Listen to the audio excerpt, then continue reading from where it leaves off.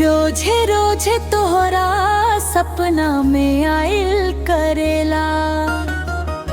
दिलवा हमार तोहरे खातिर धड़केला।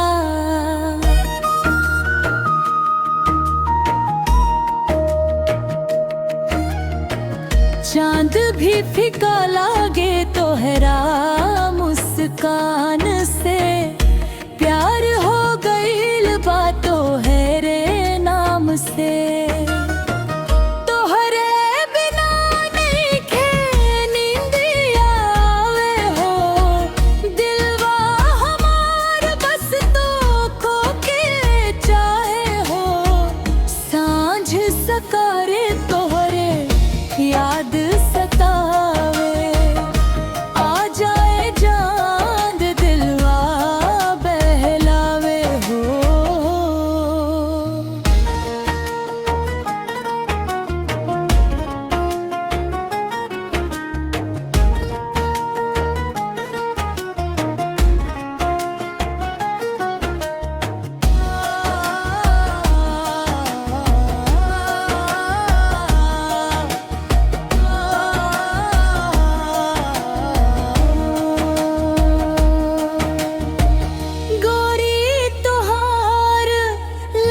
के कमरिया देख के पागल भइल नगरिया। नैनवा से मारेलू बिजली के झटका। दिलवा में उठेला प्यार के लटका।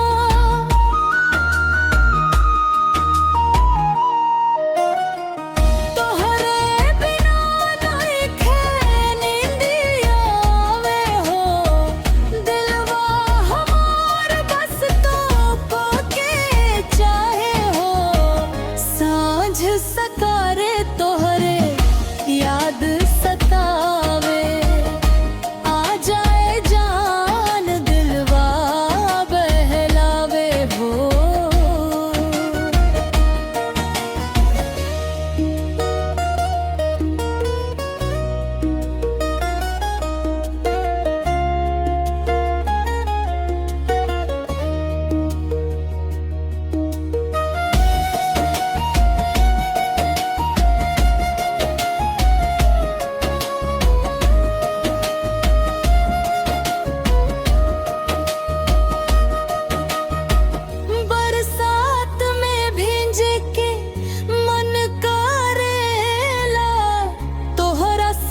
घूमे के दिल तरसेला।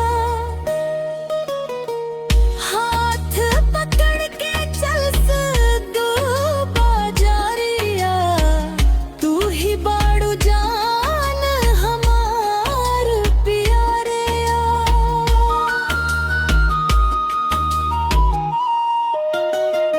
तोहरे बिना नइखे नींदिया आवे। दिलवा हमार बस तोको के चाहे हो। सांझ सकारे तोहरे याद सता